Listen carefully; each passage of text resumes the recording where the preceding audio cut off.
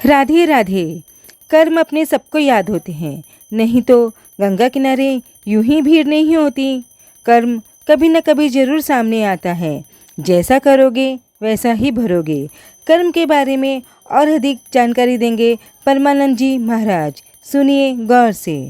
गुरुदेव, यदि किसी व्यक्ति की मृत्यु हो जाती है तो उसका अगला जन्म हो जाता है या अपने कर्मानुसार किसी लोक को जाता है, तो महाराज जी फिर पितृ बनकर कैसे आते हैं? अगर कोई गलती हो जाए तो पितृ परेशान करते हैं, ये कैसे संभव है गुरुदेव? आप ये समझो, आप पितृ नाम दो, भूत नाम दो, कुछ भी नाम दो, अभी जो इनको बताया वो कर्म ही होता है।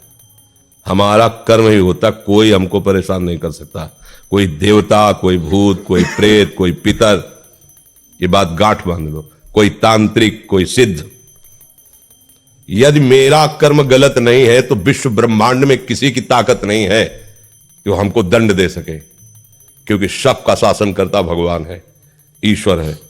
अगर कोई अपने तप का प्रभाव भी करना चाहे, मान लो तपस्वी है, तो बीच में आके खड़ा हो जाएगा, बिल्कुल वो भजन नहीं करता पर वो निष्पाप है, उसने अपराध नहीं किए, तो किसी न किसी रूप में भगवान आके खड़े हो जाएंगे, उसकी रक्षा कर लेंगे।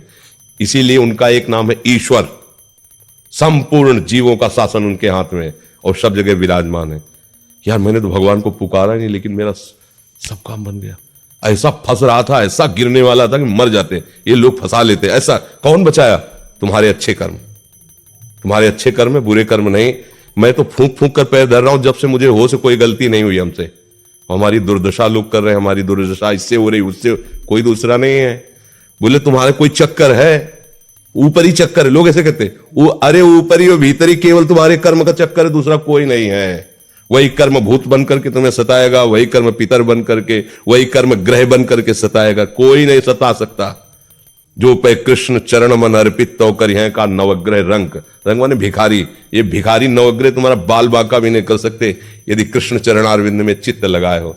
और सब ग्रह तुम्हारे अनुकूल है और प्रभु से तुम विमुख हो तो कोई तुम्हारी रक्षा नहीं कर सकता। तुम्हारे कर्म तुम्हें नष्ट कर देंगे।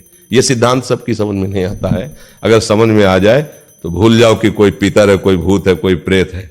वही है, वही, दूसरा कोई नहीं है।